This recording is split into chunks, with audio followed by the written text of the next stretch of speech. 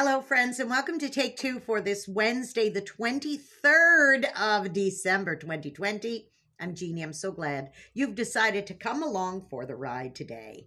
Well, we're just 2 days away from Christmas. Tomorrow's Christmas Eve already.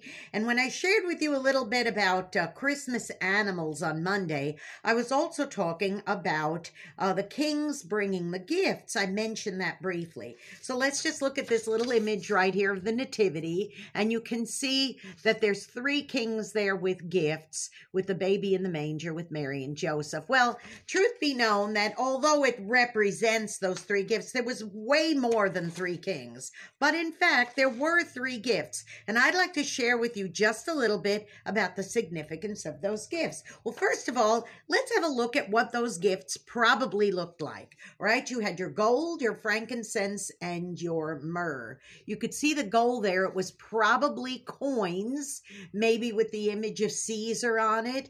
And then there's the frankincense and there's the myrrh. And you go, my goodness, what on earth are those things? Well, I did a little bit of research online and I found a wonderful commentary by the late Dr.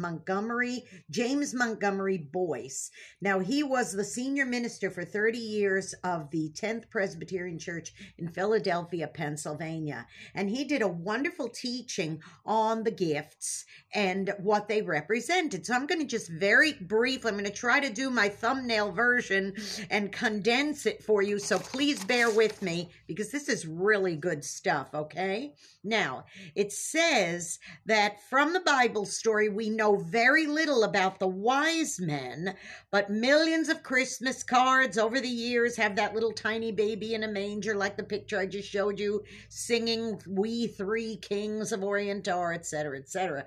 But the truth is that it took them probably close to 2 years to journey to find the Christ child, because all children under the age of 2 were ordered to be killed by King Herod because he was threatened when he thought someone was going to come and try to take over. He didn't have an understanding that this was a spiritual king, not necessarily a king who sits on a throne like he did. Now, what happened was they brought these 3 gifts to Jesus, okay? And one of them, of course, was gold.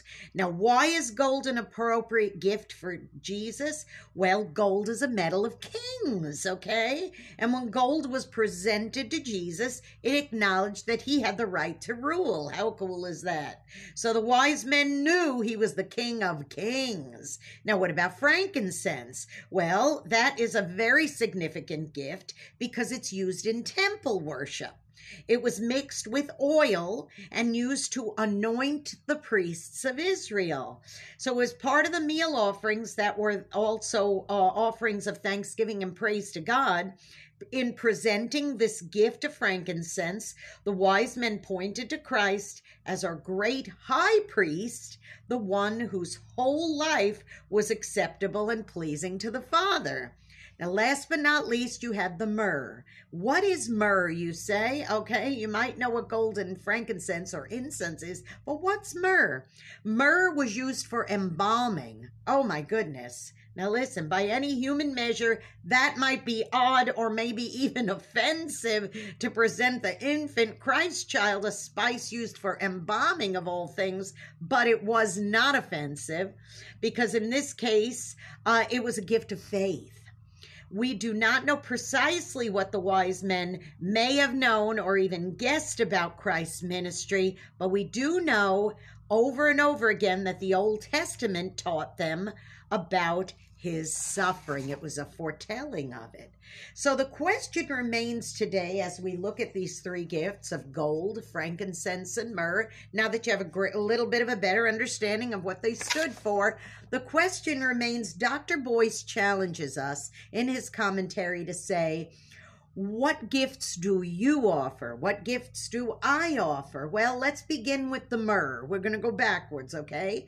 That symbol of Christ's death also is a symbol of our spiritual death. What might we lay down and die about in our own personal lives, our personal things that we hold on to that we need to give up and lay it before his feet? what can we lay before his feet and say, I don't need that anymore in my life? Maybe it's jealousies. Maybe it's coveting money. Maybe it's addiction to certain things that are very unhealthy for us. What things can we lay at the feet of the baby Jesus so that it could be embalmed and get ready to be buried? What things can we do? How can we offer that? How about the frankincense or the incense? Is your life impure? Think of Jesus Christ as sinless. Don't we want to be like that fragrance, that beautiful incense? Don't we want to say, look, I'm going to give this fragrant offering as an acceptable sacrifice that's pleasing to you, God?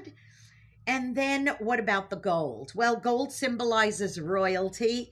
So when you come with your gold, you acknowledge the right of Christ to rule your life, and you say, I am your servant, Lord. You are my master. Direct my life and lead me so I may grow up spiritually to honor and serve you accordingly. So if you have come believing, Dr. Boyce says, that the myrrh, incense, and gold and what they signify have embarked you on a path of great spiritual joy and blessing, then you are acknowledging these gifts of faith and the only things that we can offer to the one who by grace has given all things to us.